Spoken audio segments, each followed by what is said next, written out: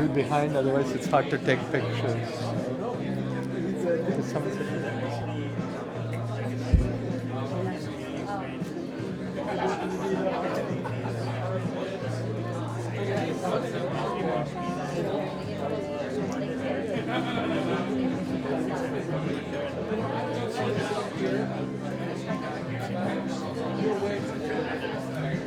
Just sit up.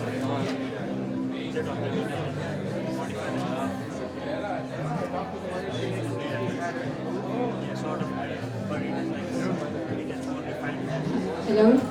Hi everyone, please take your seats. We are going to get started.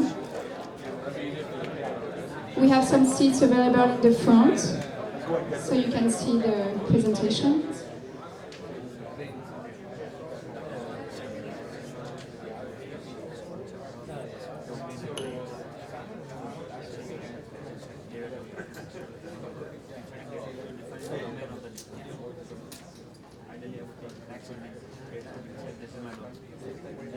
Anybody there here?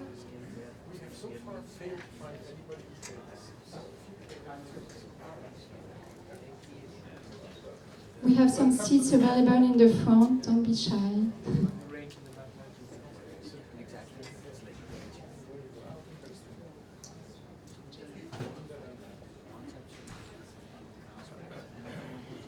Welcome everybody, thank you for coming out tonight. I'm here at Perkins Coie, one of the partners, and I just wanted to kind of introduce the talk tonight and a little bit about Perkins Coie. Perkins Coie is a top 50 law firm. We focus in specifically on emerging companies and startups, and I've been doing that for over 100 years. We have 19 offices, almost 1,000 attorneys here, and that's basically what we do. If you have any kind of questions, we have some of our associates and other attorneys here that have worked with plenty of startups, and they're working late on many deals right now for me and other partners in the office. But I hope you guys really enjoy the talk, and thanks for coming out and for Hive putting this on. Thanks for having us. Hi everyone, how are you doing tonight? Thank you for coming here. The weather is very warm, so it's good to be here. We have AC, and we're going to have a great talk by Srivas. My name is Pashu Christensen. I'm the Marketing and Partnerships Manager for the Hive. I'm just going to say a few words about the Hive think tank. Most of you know the Hive think tank. You are part of the group. We have over 4,500 members, and we have exciting events coming up. Next week we'll have an event here in Palo Alto about search at LinkedIn by Srivas. Then we have another panel discussion in the city around connected cars and telematics. And then on the 29th, the following day, we'll have an event that is part of our Clash of the Titans series. And Srivas is going to be part of the panel discussion as well. So it's going to be a pretty exciting event. We'll have about 500 seats, and make sure to reserve yours as soon as possible because it's going to be sold out very quickly. We'd like to thank our sponsors for supporting us, supporting the think tank, supporting these events. We are a thought leadership group, and it's good to have them supporting us. Thank you especially to Perkins Coie tonight for hosting the event here. And if you use Twitter, please use the hashtag HiveData, and so we can continue the conversation online. We have someone here from MapR who wrote the blog post that hopefully you were able to read. Nijara? Yeah, thank you so much. And if you haven't read her blog post, make sure to go on the Meetup page, and we have a link on her blog post. And I'm going to pass the microphone to TM Ravi. He's the founder of the Hive. He's going to give you a very quick introduction, and then we let Srivas give his presentation. Thank you. Thank you, Pashu. So I think a lot of you know the Hive. So the Hive does three things. The think tank that Pashu manages. We also fund companies, so we invest in companies. And the third thing we do is we incubate and launch companies. All of this is under the theme of big data. And we have a whole team. We're about to add a couple of members that that are joining us on the technology side. I think some of you came to a talk that Russell Journey gave on agile data science, and many of you know Lance Riddell, who has been close to the Hadoop movement for many, many years. And we also have a number of different professionals in different domain areas.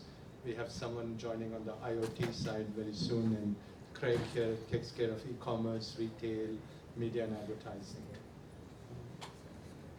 We have a number of startups that are part of the Hive. I don't see any of them here today. But if you're interested in any of them, do let me know. They're busy working here. Yes, they're busy working, yes. And do come and visit us at the Hive. So, and if you get there are some sunglasses there, so if you get some, you'll get on Facebook. We are focused on, unlike MapR, we think that between MapR and some of the other open source distribution vendors, and of course the big boys like IBM and Microsoft and SAP and Oracle, they've largely got the infrastructure side covered. So we focus on applications, either line of business functional applications or vertical segment applications. And many of these applications would sit on top of Hadoop. So as Pashu mentioned, please join the conversation on Twitter. Hashtag is HiveData. Go like us on Facebook. You'll kind of get access to private events also. And with that, I'd love to introduce you to Srivas, MC Srivas. Srivas is founder and CTO. Is that what yours, Srivas? CTO at MapR. MapR, as you know, is a Hadoop distribution vendor. He has been involved in the storage, data, management space for a long time with Andrew file system that came out of Carnegie Mellon and was done at Transarc, and then did Spinnaker that NetApp bought. Am I missing anything else? I got it all. So, and Transarc is part of IBM now. So with that, I'd love to welcome MC Srivas.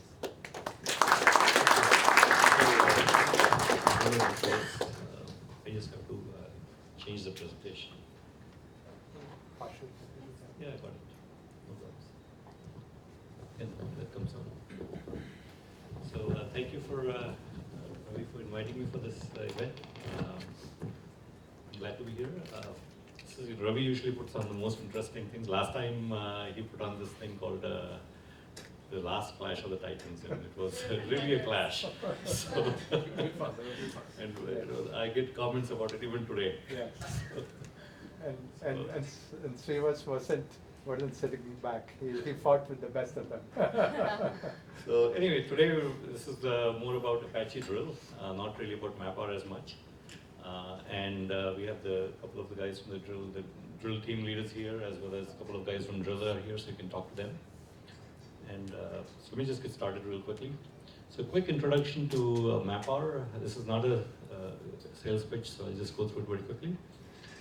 MapR produces a distribution of Hadoop, and as you can see, Forrester just ranked us as the top distribution for Hadoop today, the best one. And both Amazon and Google resell MapR as part of their Hadoop offerings in their clouds. And we have 500 plus paid customers. Some of the biggest customers are right here in the Bay Valley. For example, Rubicon, the Bay Area rather than the Silicon Valley. HP, Cisco, everybody are very big customers. So, what do we sell? So usually when you get Hadoop from Apache, you get this distribution. We have another company that adds a little bit of management around it.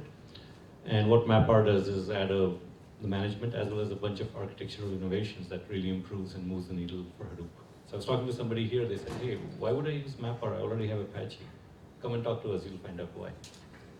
But there's a real reason why you were ranked here. So what does the MapR distribution for Hadoop contain? Well, Hadoop is a big, big collection of almost 21 different projects that are all together, collectively called Hadoop. So they do many, many various things like Hive, Pig, Mahout, Zookeeper, and so on. Today, the talk is not really about that. We're talking about one of the things we offer as part of the distribution, and that's Apache Drill, right? So quickly, an introduction to why we did Drill, right? So Hadoop has been positioned as an augmentation for the enterprise data warehouse. Why is that? Well, this is what people want to do when they look at their data in their companies. You have the CMO or the CSO looking for making extra money from a customer 360. The risk officer or the compliance officer is worried about, gee, I want to have everything, find it quickly. We were talking to a bank once in New York, and during this crisis that happened in 2008 and 2009 with the meltdown, they were required to turn over all the interactions they had with AIG, and for the past 10 years. It's one of the biggest banks. And you can imagine how much, and that's one of the biggest insurance companies, right? So they went back and found the tapes and found the tapes. They had about 3 months to comply. And at the end of the 500 or odd tapes they found, they couldn't find one. And at that point, the judge didn't believe them. They said, we couldn't find it. The judge said, no, you're lying, and fined them $1 billion. Right? Well, so cost is infinite, right? What they really want to do is find it immediately and spend 90 days analyzing what's the exposure, rather than searching for it. This thing is funny. Okay. And the CIO, of course, wants to detect anomalies and basically save money in IT, right? So what's holding them back, right? What's holding us back from this? Well, if you look at what's going on today, this is what the world looks like to those guys. We have database after database after database, all consolidated into data warehouses after data warehouses after data warehouses. And we're trying to figure out how to make sense of this, right? This is actually the clean picture. The bad picture looks something like this. This is database number 1, database number 2, database number 3, and so on, right? So consolidating multiple schemas is very, very hard, right? There's companies that exist trying to do this, right? Informatica, Talent, and so on. And why? Because you're trying to do schema on write, which means retrieval is predetermined at the time you created the data, so you're stuck. So what do you end up with? Basically, this is what silos are, right? And silos make analysis very difficult. So you have these silos of profile data, business data, activity data, communication data, right? And so when the CMO comes along and says, hey, I want to look at this customer and I want to look at what all has he done? How has he touched our company? What are the things he's traded with, for example? You can't figure it out. If you look at the risk officer, he says, how can I guarantee anomalies if I cannot even see all the data? If I have no idea what's going on, right? And the real problem is it's hard to know a priori what's the value of the data you have. Right? You don't know that yet because the data really looks something like this. You have all kinds of different connections, every kind of database is there. And what do? Well, you know one thing. That is, you want to keep all the data. Don't get rid of it, but you have to do it in a cheap way. Right? And so that's really the Hadoop proposition, right? It's very fast, it's very flexible, and it's very inexpensive, right? So what MapR decided to do was to rethink how to do SQL for big data. And this is the whole motivation behind Apache Drill, right? So what do we like about SQL, right? Well, these are the things. It's familiar and ubiquitous, right? So many tools, so many applications and everything. It's pretty damn good performance, right? Interactive SQL is crucial for BI and analytics. And it's one technology. I don't have to learn a different query language every time I use a different database. I know pretty much what it is. There's tons of tools.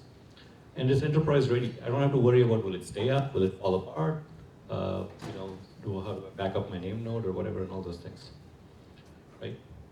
So we want to take that, and can we see if we can move it forward, right? So how do we invent? Well, let's first fix the problem with the multiple schemas. Can we allow schemas to evolve rapidly? Because as applications change, schemas have to evolve rapidly. Can we support semi-structured data types? The other thing, if you look at what everybody hates when doing programming is the DBA, right? I mean, the guy will not let me do what I want, right? Can we make them the same person, right? So can you get agility by making everything self-service? And of course, scalability, this is about big data, right? So you want scalability in every dimension, whether it is data, speed of ingest, schema, number of schemas, all the processes, everything. So we admit SQL is here to stay, but Hadoop is here to stay as well, right? But so what's been the dichotomy here is that we always hear this, right? Which is, you're Hadoop, but you can't handle really SQL.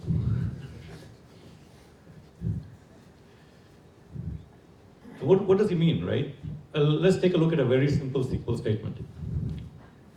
Select A from, it's a very common thing, right? Find anything in A as long as there's some value in B that's less than 100. Very simple.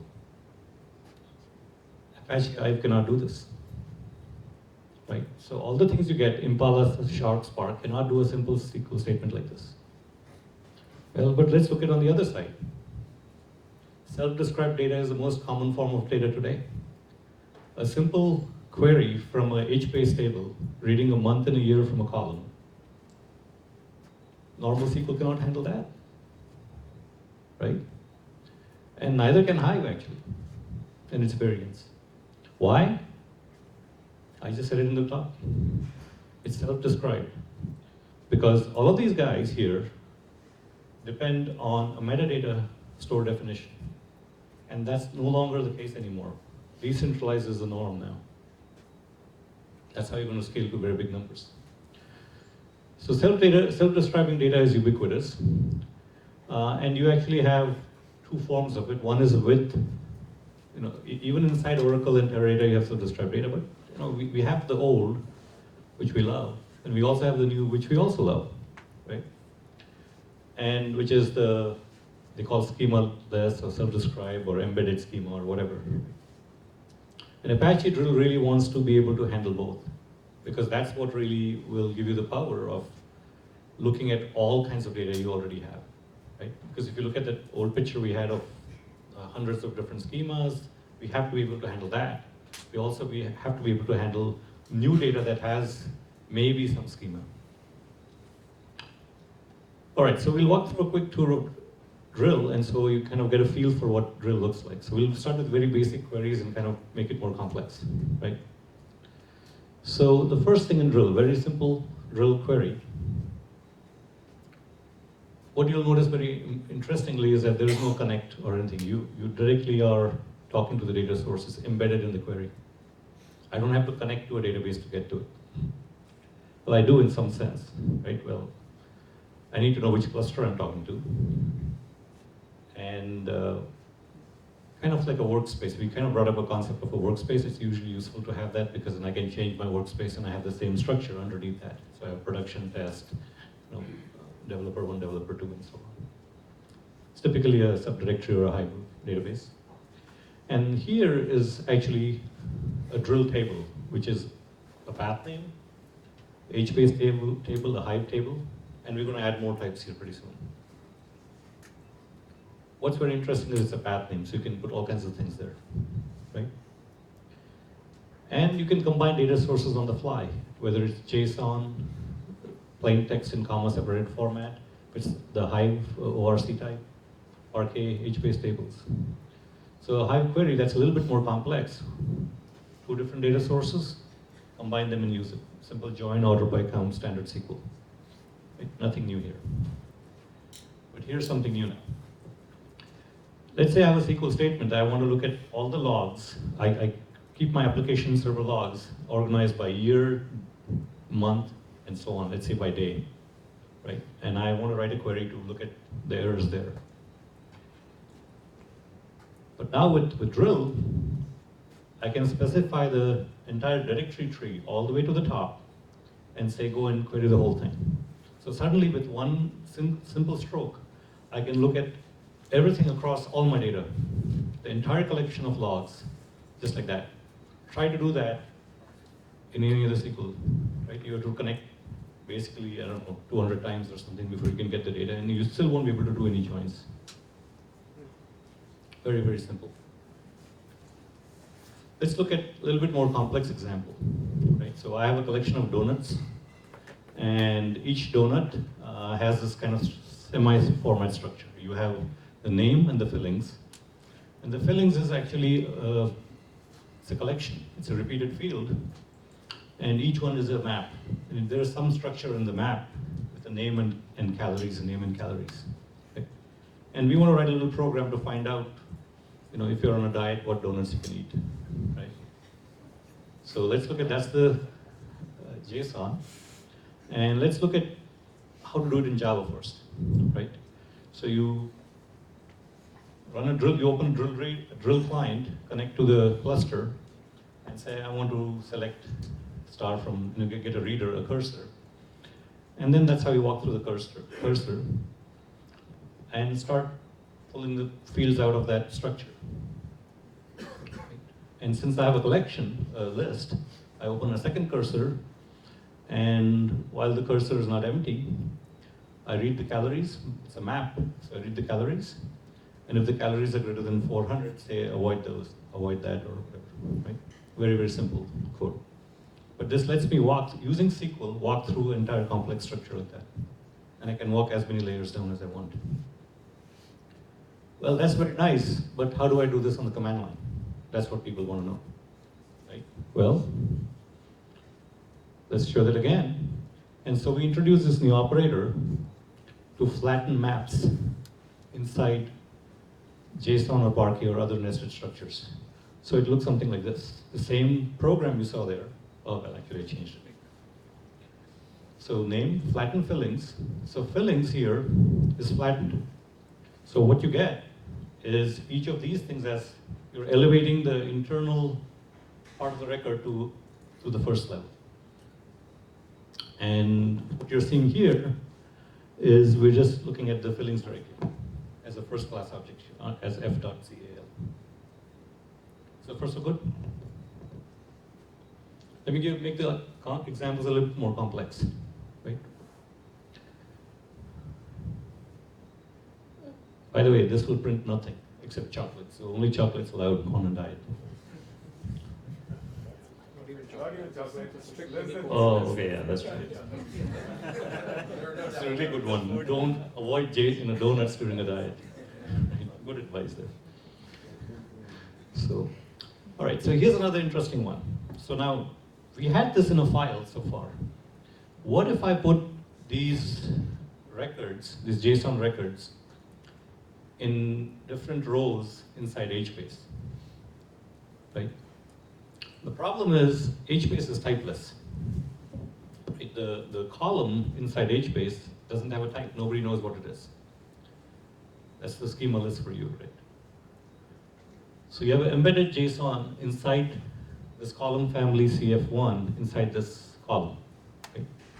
So we used the same idea you used to convert dates and other things, and said convert that. So from HBase user donuts, that's the table, take this column, interpret it as JSON, and elevate it up, and then use it directly. Right? Very interesting. You can embed now. I could have done very well said convert this to XML, or convert this to whatever other thing I want later on. So I can embed things, and you can plug in your own if you want your own conversion. Very nice. Let me make this more complex. So here's the other problem with JSON. A JSON record, if you go back and look at that example here, is actually, it can be a database in its own right. A JSON record itself can be massive. It's a collection after all, right? So we need to query inside that. How do I run queries inside that? So let's say I want to get all the donuts with at least one filling that is greater than 300 calories and reject those. Right? So, and by the way, in this example, those donuts are sitting inside the HBase table. So here, I just copied this from the previous example, right? So we pulled out from this field, as JSON, we pulled out D, and we're going to get that, right? But now how do I look inside that record? I want to do the query only inside each record, right? So we introduced this thing called within record, right? So we treat the max of that within the record and say where min cal is greater than 300. So that this is only looking at the fillings inside that every record individually. Very interesting. So what are some of the challenges with, so I showed you kind of a flavor of what drill can do, which is why you need this. Right? By the way, all this stuff we show here, none of this can be done by any of the Hive variants that are there, and there's nothing else in the market doing this. Right? But this bridges the gap between something that has a schema and something that doesn't have a schema. So let's look at some of the complexities of not having a schema, or a self-prescribed schema. Well, the first problem is the obvious problem. The schema can change over the course of the query. You start reading it. You started treating d.fillings out here as a list, as a complex structure, and it suddenly became a scalar. Right? So, or something that you're doing a count.children, and the children is no longer becoming a date format, or the whole format changes. Something as an integer has now become a string, everything goes wrong. Right? So what do we have to do? We have to be able to reconfigure the operators as the system is running, broadcast that to all the drill bits that are running on the cluster and say, hey, there's been a problem here, go and reconfigure yourself, drop this, continue this. Right? And then to make it actually fast, we actually have to figure that out on the fly. Right? So I'll walk through that a little bit more in detail. One more example before we get completely bored of SQL is we're showing an example here, which Hive has a schema, HBase doesn't, and we can connect to both schema and schema list at the same time and do some comparisons. Right? Kind of, if you remember the original picture of why we're doing this, this is the reason. All right. So Apache Drill underneath the covers. What's going on underneath? So first of all, so when you deploy drill on a cluster, you run these drill bits on every node, and there's Zookeeper that kind of knows where these things are. And so when a query comes in, it comes into any drill bit, it finds it through Zookeeper, and it can come through ODBC, JDBC, command line, protobuf, whatever. And that drill bit, any drill bit can do this, is generate the query execution plan, blah, blah, blah, all of that stuff, and then shoot it out. These fragments get shot, and then the result is kind of aggregated back, and you get the reply. So let me just walk through the stages of query planning. That's not too much, but most of you probably are already familiar with this. So you have a SQL query. It has to go through a parser. Then there's a logical planner that kind of tries to figure out in machine, SQL is for humans, logical plan is for the computer. Right? So it kind of translates from SQL to the logical plan. And then this takes into account the characteristics of the data, things like how big are the tables, which way should I rearrange things, and so on. And then there's a query foreman that actually starts pushing out the pieces to all the drill bits. So we'll talk a little bit about all this, right? It's not really as clean as you would like to be in this picture, but it kind of gets the idea. So inside a drill bit, it looks something like this. You have RPC endpoints on, you can enter from any point over here because the whole system is supposed to be pluggable. You have different parsers for different kinds of languages. An optimizer, so all of these parsers will convert to the same logical plan that the optimizer can work on. And then the flow is actually a scheduler takes that over, gives it to the foreman farms it out, and we can then look at the different storage engines. And I put up Mongo, Cassandra also here because at some point we want to be able to do those as well. Kind of with the same goal that we want to be able to query everything. So a query that runs would look something like this. Starts from a parser, optimizer, scheduler, foreman, and then hands it out. Okay, so what is this query engine that's really doing? What's going on all over here? So we'll talk about that real quickly. And this is some, so one of the techniques we picked from a lot of the databases is that columnar representation is very good for analytics. A lot of research done here, so we're using that. We're optimistic in pipeline, so we'll talk about that real soon. We do runtime compilation, both, not only just JIT, but more than that. We do late binding, and that was, I think, should be been pretty obvious by now why we do late binding, because if you look at all the SQL queries we described, those won't be possible without late binding, right? Because you have to figure out, you don't know the schema until you actually look at the data. And it's extensible build, of course. So what does columnar representation mean? If I have a table of rows and columns, A, B, C, D, E are the columns, basically columnar means we kind of go down a column and pack the column to the disk over here, right? In column B would come there, in column C, and column D, and column E, so on. Why is this advantageous? Well, let's look at it. Typically, if you look at this picture here, what you will see is that a particular column has a particular type. So you have values that are very similar, one underneath the other, right? This might be integers, this might be strings, this might be dates, and so on.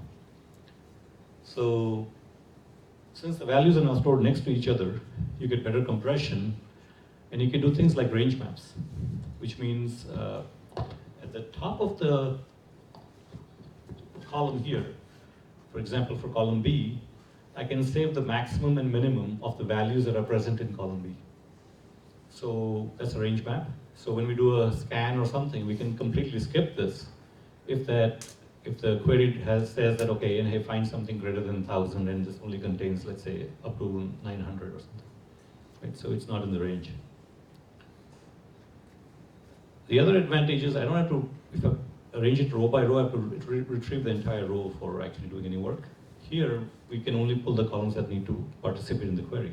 And this gets actually very interesting, all kinds of things we do here. I'll give you some examples. Actually, that's what this is. So you can perform aggregations without actually doing any decoding, because whatever compression here, you don't have to actually decompress it. Give an example.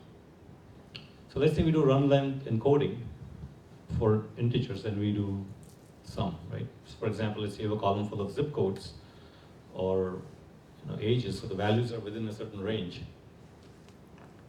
So let's say the run length is encoded as value and then the run length. So 2, 4 is there, 4 2s there, and 10 8s up there. And the goal is to sum all the records, which is the aggregate. So normally what you would do, if you do it blindly, is you will decompress to produce that and then add them up. Well, if I do it in an optimistic way, I can actually compute that very quickly without having to ever decompress or do anything. This is one example, right? There's other examples you can think of like this. Give you another of a string field. Let's say I'm storing similar strings, right? And I store it encoded in this fashion. So I have the dictionary, and I have bit positions for each. So when I represent this, it really means Bill Rupert, Bill Larry, Bill Larry, Bill Rupert. That's what that looks like. That's what that looks like. Right? So normal work. I gotta make this work somehow. So normal work is decompress, produce that, and then sort this. Okay. Well, if I keep it, if I apply some brains to it, I can actually do it better than that, right? So for example, I can sort the dictionary first, and then sort the big fact values, and then I get the correct results right away. Right? I get the zeros, ones, and so on, and then I know it, and then I can just match it one by one, and this is way faster. All right, so let's talk about one more thing here. So typical SQL has 3 values. Whether a field is present, it's absent, or it's not, it's unknown or whatever, right?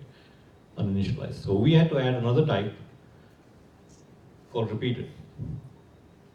And by the way, we don't know what state it's in sometimes. That's why with the dead or alive, right? It's not dead or alive. It's both sometimes.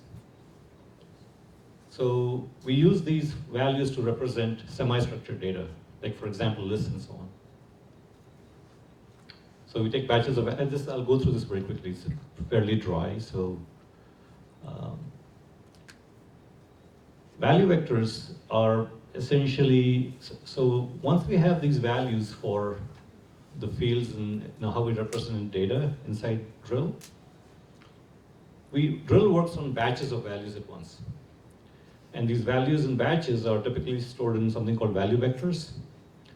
So a list of values with the same schema, with the 4 value semantics for each value out there, whether it's present, is it null, is it what, and so on.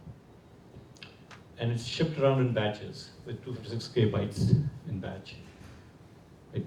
So what we had to invent for this is a special RPC where I send one request out and I might get back like 10 megabytes of data back.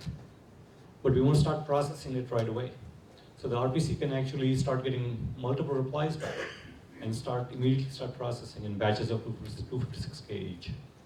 Why 256K? Because somebody thought that's the size of the L2 cache.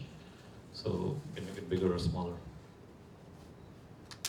But when the rows are very tiny, we don't want to process more than 65,000 rows at a time, or 64,000.